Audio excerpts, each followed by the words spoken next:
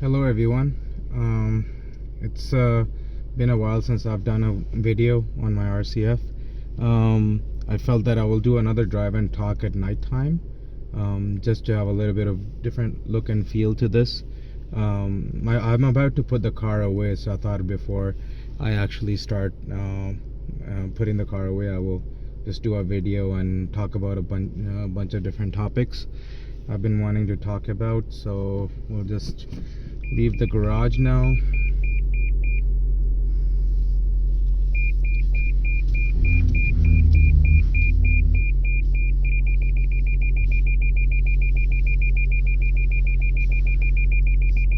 The sensors are going off.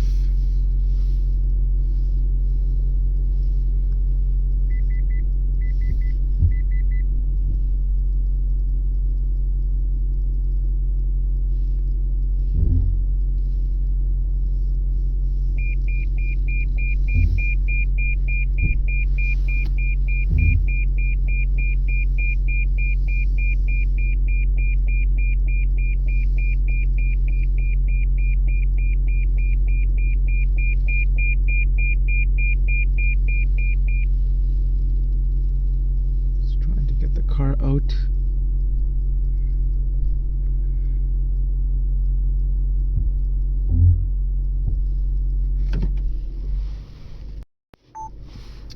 Alright, the car is out, so it's been a bit of a, because I have two other cars parked, so I have to really be very careful. All three cars are my own, so I have to really be very careful. So as the car warms up, I'll just kind of talk through some of the general things. I'm gonna put it in auto mode, because one of the things is that when I actually start driving the car in very cold temperatures, or the car is cold itself, it takes a while for it to warm up, especially this engine itself. With the stock factory oil that it has, it can take up to 15-20 minutes before the red line climbs all the way up to 7,400 RPM rev limiter. So yeah, it's kind of like, compared to my other Lexuses, this car takes a lot more time to warm up, and the transmission system it acts very differently than it does once it's warmed up. So that's one of the things to be cognizant of, that the car really reacts very differently when you have it in really cold temperature. The transmission system is it's cold, so it doesn't really quite, it's not as responsive, it's not as fast. The downshifts are not really don't have that crisp rev matching with it. So that's one of the things to be really cognizant of if you're driving the car, and if you haven't driven it before, make sure it's up to temperature. It's been driven and warmed up for 15-20 minutes before you really, otherwise the car would not really it will be somewhat like in a limp mode. It's like Lexus protecting the engine, because these cars are built to like go 200,000-300,000 miles, so they Lexus really overprotects everything, the drivetrain and everything. So just talking in general about the car, there are many mods that I have. So just talking about modifications, for example, I have a full exhaust. I have a stage 2 AFE power Takeda intake, cold air intake system with a big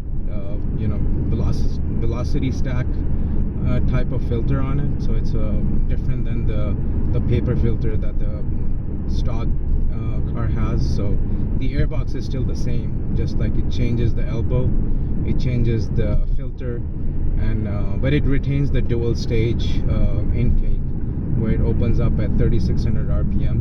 Now if you have a 2020 or newer RCF, or if you're looking at one of those, the Lexus changed it a little bit. They made it, they reduced it down to, the intake was redesigned, So they reduced the engagement point, or the flap open point, to 2800 RPM. And so there were a few changes there with the intake design in the 2020 plus RCF. And then I have the RR Racing software tune. I have lower control arm bushings, again by RR Racing. And then I have AFE power throttle controller. So that's another thing that really in Sport Plus the car has a very strong throttle response, but once you add that, it just really, you can really dial it up or dial it down and make it pretty crazy. So that's one of the things about having that. I like it. It doesn't add any power or anything, but it really makes everything more immediately accessible to you. So you suddenly, everything's very instantaneous when you have something like that. I'll demonstrate that when we're in the highway to show how the car reacts. I have it right now in race mode for the throttle controller, and mode, it's like you could go up to mode 9, but I have it in mode 9 and mode 5, sorry, not mode 9, and it's like crazy sharp even at that stage. So I'm just gonna go get some gas here, and then basically after that we'll just continue with the drive.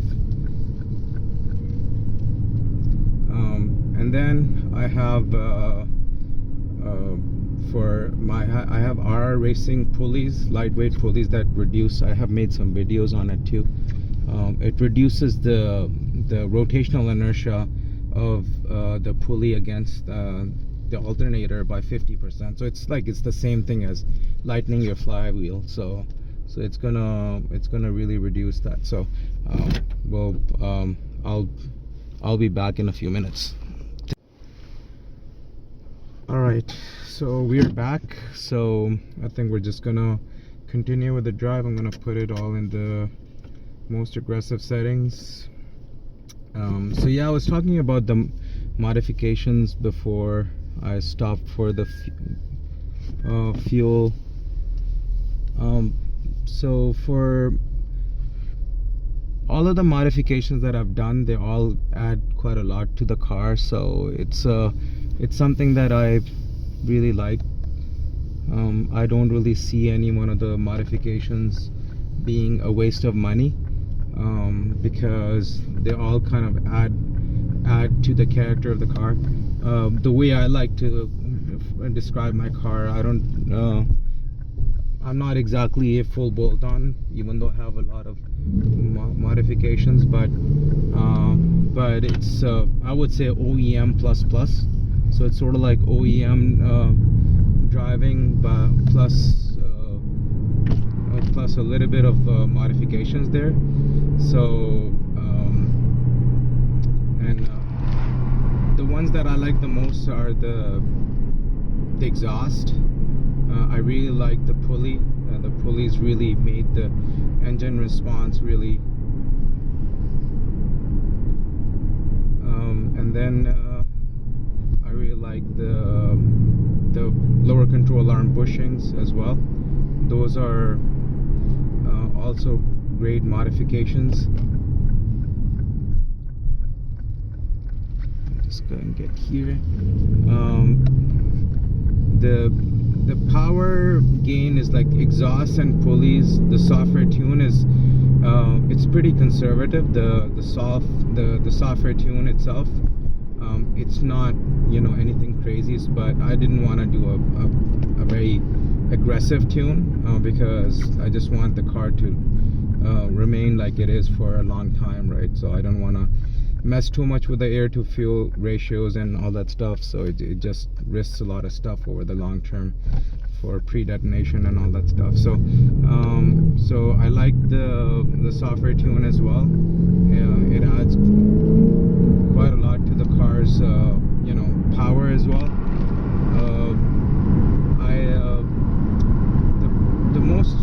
The one that made the most difference, I would say, probably is the exhaust. Having the car that comes from factory with a very quiet exhaust, and it's very restrictive as well. So when you put a full full exhaust, then it would actually, I saw an RC350 actually, so that was interesting in Comic Silver.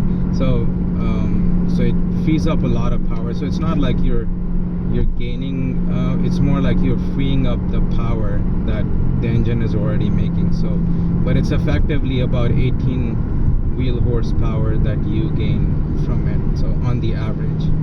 So it really kind of really wakes up the car. The mid-range is where you see the biggest difference, and then the software tune is like, for the best gains from the software tune, you have to have headers.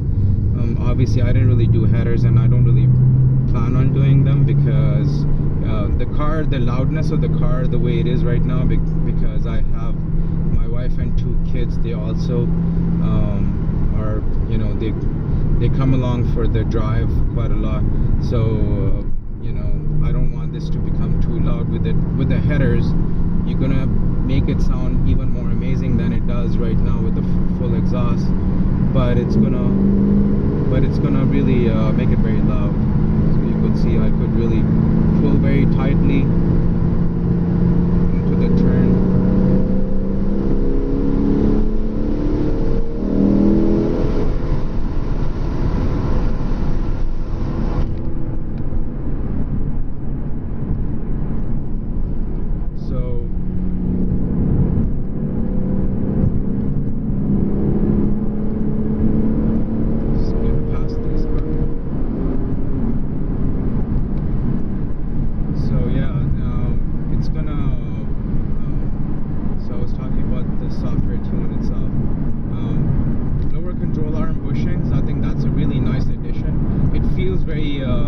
I didn't really get the most aggressive version of the RR Racing lower control arm bushing. It's more like a little bit, you know, more milder than that, but it's zero deflection. So what it means is that because of the way the bushings have this metal ring, it still prevents any axial or longitudinal movement of the lower control arm. So what that really does is that the stock ones are pretty stiff from the factory. That's why I never had any inner tire wear issue. I didn't really have any issues with how the stiffness of those. They didn't really, you know, they were much stiffer than a lot of the other Lexus cars, and there are a lot of them swapped. They're swapped into other Lexus cars with the inner tire wear issue. But the biggest gain is that under hard braking, acceleration, and turning, you don't, there's no deflection on the lower control arm bushings. So you feel a little, you know, the attitude remains a lot more just neutral, right? It doesn't have any kind of pitch and dive or any kind of, and when you turn into the turn, your steering response is, you know, off center. It's a bit better than, so it's not a night and day difference. It's like, you know, again, it's in the spirit of OEM plus, so it's kind of the same idea there. So yeah, so I would highly recommend lower control arm bushings to anybody who wants to just season the car a little bit more, you know, then make it more, you know, take whatever is great about from the factory and then just kind of amp it up a little bit. I have kept the suspension completely stock. I haven't touched this suspension because I don't believe I really need it. I think the way it was tuned from the factory, I think it's really perfect for a dual purpose type of thing, where you could drive it really well on the streets and then also take it to the track and really do well with the suspension and chassis are tuned for that. But I think if somebody's going to do some serious time attacks and stuff, then I could understand they might want to do coilovers and then do some changes to other components in the suspension, like control arms, and you could do there's more available by Figs and RR Racing and so on. So basically I think the car as it is from factory is tuned extremely well.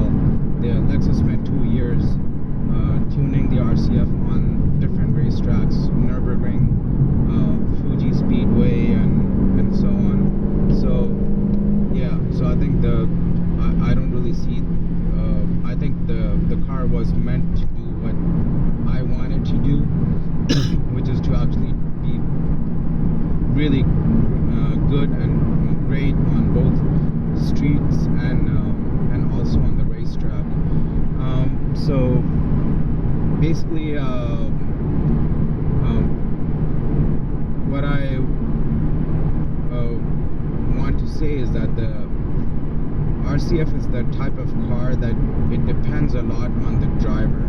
So how you drive it is gonna make a big difference.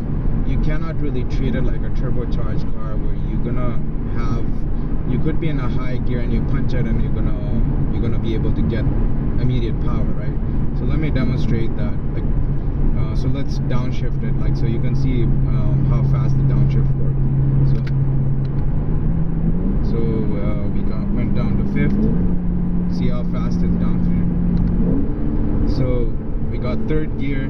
So we're revving at 4,000 RPM. So it might sound like it's and we are at like 100 kilometers. So if I punch it, you're gonna see.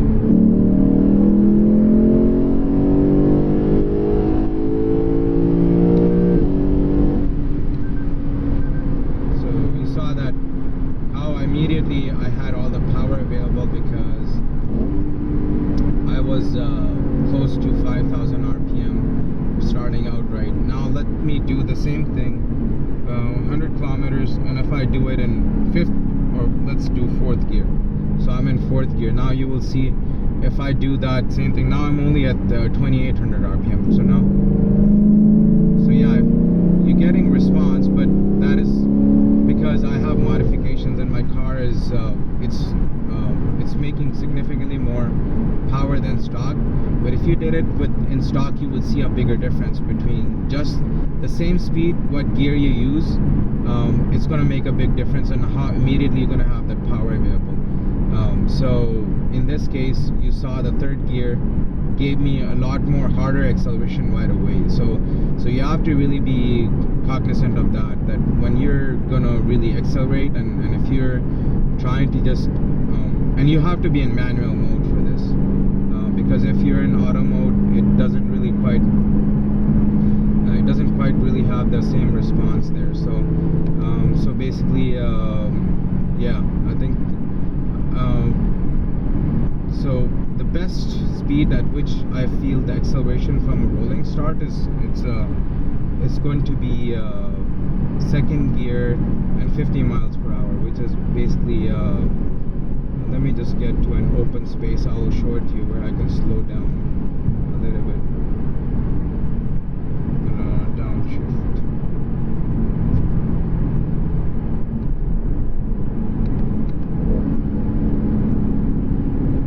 So now I'm gonna go for.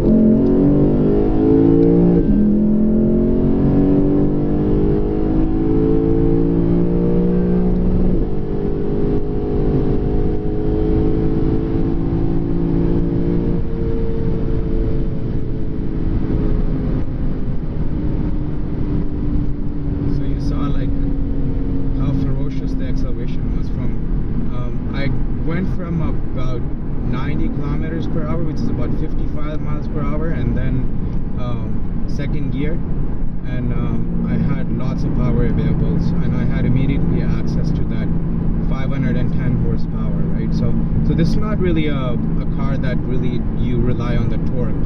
You really want to be able to get to the max power as quickly as possible, because most of the power exists up in the higher RPMs. It's sort of like, I heard this analogy by somebody, and I think it's a really good analogy, where basically this is a Honda S2000 engine, except it's got twice the number of cylinders, more than twice engine displacement, and it's more than about double the horsepower, right? So you want to really be cognizant of that.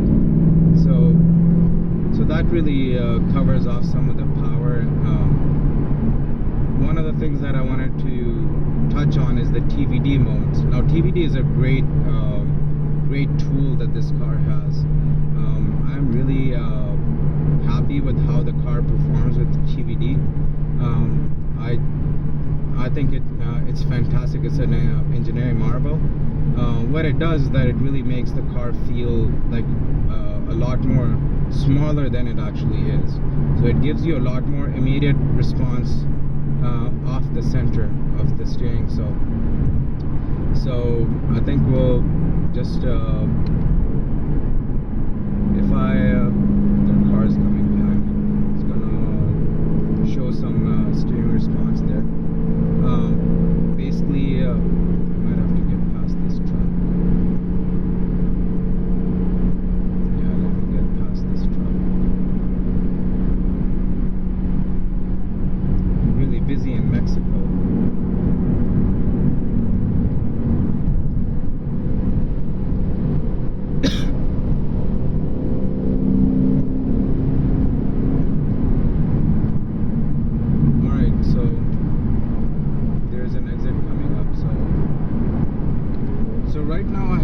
my track mode for TVD.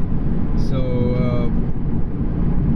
if I downshift, and if you can see, like if I move the steering around, you can see how fast the car is moving. It's like you feel the car turning from the rear axle, from the rear axle. It's just really weird feeling, but you're so now if I wanted even more response like this, but I will get into what's the difference. There's a slalom mode for that. Now slalom mode would give you even faster response off center. For a car that is like 4,000 pounds, you could see how fast it responds with the TVD. So it really feels very responsive. But the difference between slalom mode and track mode is slalom mode is more meant for doing like canyon carving, and then doing like a race, if somebody wants to do an autocross, although RCF, typically small cars are the most ideal for autocrossing, but if somebody wants to do it, then you would use slalom mode for that. But so because it just responds a lot more faster off center. But the main thing is that if you use the track mode, then essentially you have more stability. You have more response with slalom mode, but with track mode you have a lot more stability. So let's say if I'm using slalom mode and I'm carrying quite a lot of speed and energy into a turn, and if I hit a bump, then essentially what it does is that it really unsettles the chassis a lot more. So that's why I like track mode, that it's a lot more stable. So it would really oh boy, I think I need.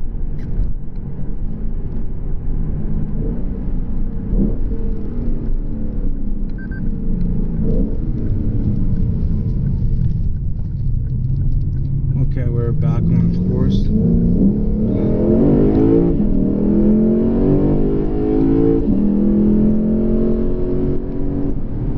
So that's why I prefer track mode. But if let's say I'm really going in small roads and city traffic, and it's all about maneuverability, then it's basically that's definitely the mode to select. So that's one of the differences. I'll probably get on the highway, and then I will show how the car reacts when you have it in slalom mode. Obviously, slalom mode is more perfect when you have smooth roads, you're doing canyon carving, and then car is on a smooth pavement, and you're not getting a lot of bumps coming from the tires, so they would unsettle the steering, and then as a result of that, it's gonna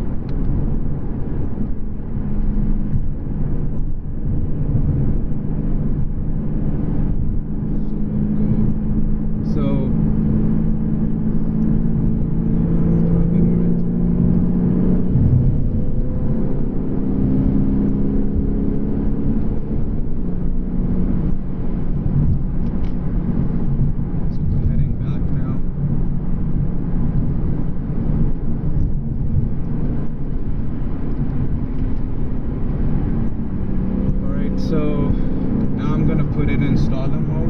I'm just gonna go to the TVD button. So now we're in slalom mode. Now in this case, get past this car.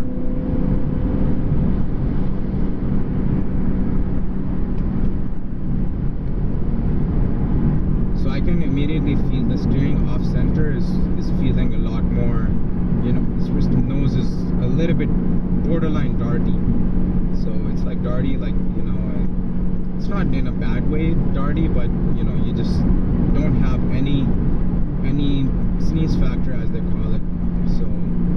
So now if I go down to third, and then I do a little bit of slalom,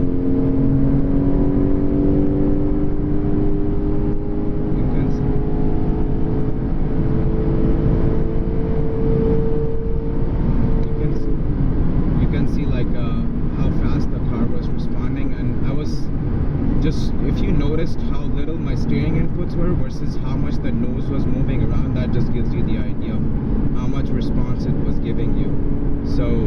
basically that's where, you know, slalom mode is really great for immediate response.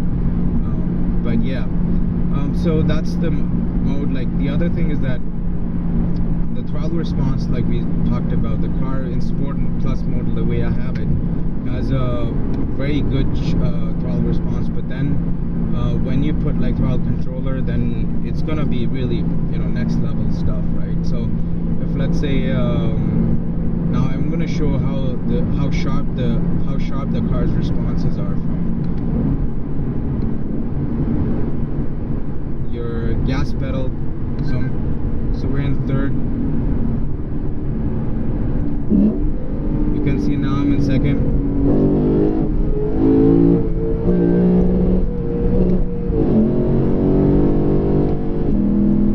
So you saw like how fast the car was responding. There was no, it was just, I was just moving it like probably like a couple millimeters, not more than a couple of millimeters, and you could see how going off and on, it was just like you could hear it from the engine, and then how you saw the nose would, you know, roll forward and then slow down, how fast that is. Now one other thing is that, you know, a lot of times I've seen some videos of people doing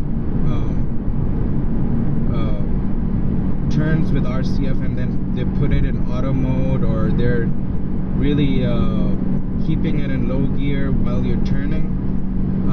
That's not really how you're supposed, you should be turning. I posted some videos on that as well, but I didn't really quite do an actual drive and talk on that. But basically, when you're approaching a turn, and it's something that really ties into the TVD as well, you want to really try to get into the lowest gear possible. So you have to downshift. So as you're approaching the turn and you're slowing down, you want to really get into the lowest gear possible, so that you are as close to the power band of the car. So why that matters is that when you're close to the power band of the car, you can gain and lose energy a lot faster with using the gas pedal. So you could basically control the attitude of the car through the turn, not just by steering, but you could use the gas pedal as well to really adjust the you know, the nose and the tail behavior through the turn. It gives you maximum throttle response at that RPM. Like in this case, if I turn and then I'm gonna probably be around, you select the gear where I could be as close as possible to 5,500 to 6,000 RPM. That's where it's sort of like the sweet spot for the car is.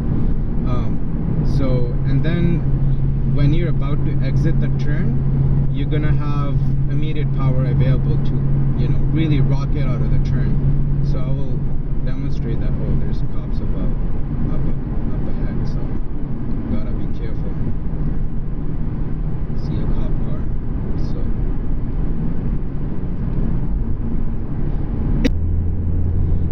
So yeah, it's we were talking about the turn. So in some, if once I get to a turn, I will show that. But yeah, some of the key things about how you manage the weight balance of the car really heavily depends on how you're using the transmission, believe it or not. The transmission is very key in managing how ahead of the car you are when you're in the turn. So a lot of times people talk about mass and weight and all that stuff. You want to really make sure that you actually are using the engine power to control the mass of the car. So that way you can really always add more throttle, and then you would shift some of the center point where the axis of rotation for your turn further back, or you could let off and then move if you're feeling that the car is stepping out on the rear, then you can let off and let the axis of rotation shift forward, so that you get more traction. You can get more traction on the rear, and then that way you don't end up in a spinning out from the back, right? So, and if you feel that you're gonna get a little bit of understeer, then you would let off and let the front tires grip a little bit. So that's how you balance using, and then the best way to do that is to actually use the lowest gear possible. So yeah, so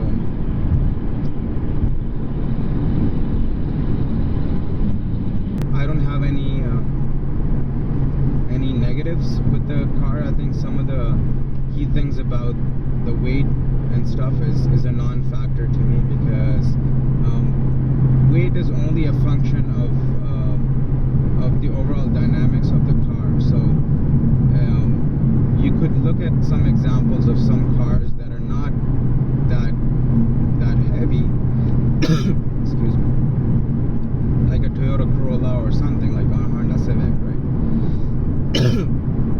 They're not gonna handle well, even though they're like less than 3,000 pounds, because the handling of the car is a function of a lot of different things. So that includes your suspension, chassis dynamics, brakes, all that stuff, right? So if lightest weight would be the biggest factor, then you would have a lot of these economy cars. They would be the best hand, because the biggest difference is that their chassis and suspension is not meant for that.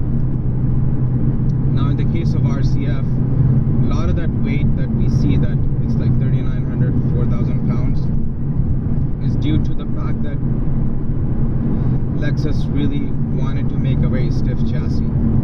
We've talked about that before. So the chassis is very stiff. You know, that really, what really the chassis does is that it makes the suspension do all the work, and the chassis is always static, and your suspension is doing the compressing and rebounding.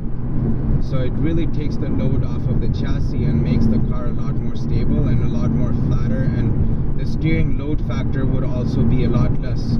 If you have a chassis that flexes, you're gonna have a lot more variance there in how the car is gonna roll through the turn, and how flat it's gonna be, and how the steering is gonna keep changing the behavior. So I'm gonna show an example. Like, so now I'm approaching a turn. It's a sharp turn. I'm gonna go down to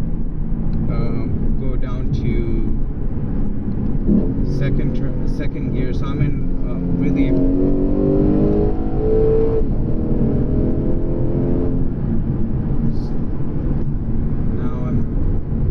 you can see that I'm able to control the attitude of the car. Oops, I have to slow it down.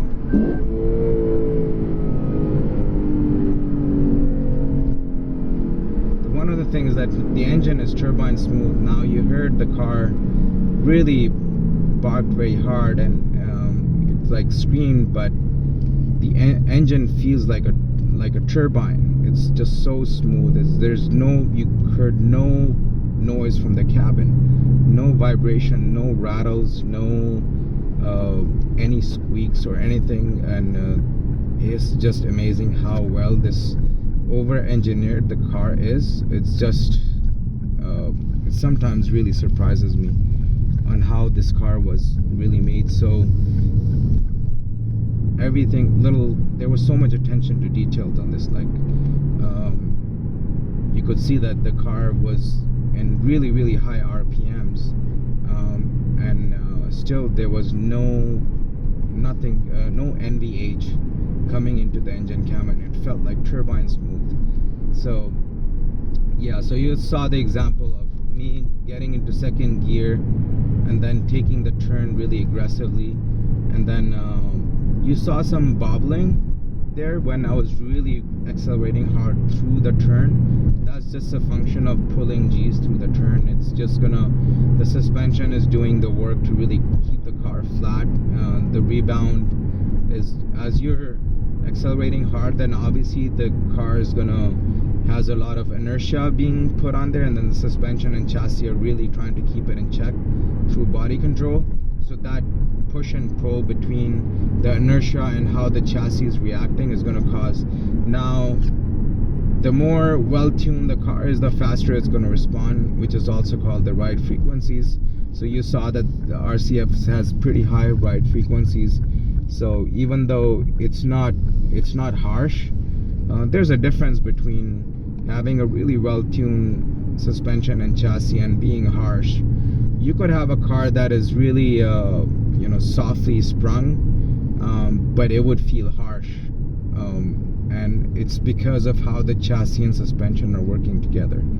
A lot of times it happens where a car is not really meant to be there's several examples that come to mind that I've seen, that their cars didn't really have suspension, and especially the chassis that really was aggressively tuned, but they felt harsh. Whereas in this one, you feel the stiffness, but it never feels harsh. And the reason why is how the chassis and suspension, they work with each other to really create that dynamic feel through turns. So get past this car. So yeah, I think that's kind of like some summary of my experience with the RCF, and some things that I wanted to really a lot of people asked me those questions. I thought that the best way is to actually really address those through a video. There's obviously the question, as RCF is sunsetting, it's pretty much already sunset. There's no more production of RCF cars anymore. What exactly is the legacy? So that would be a topic for another video, but yeah, I think that should be it for today, and until next time, we'll talk about RCF's legacy and history and everything all together.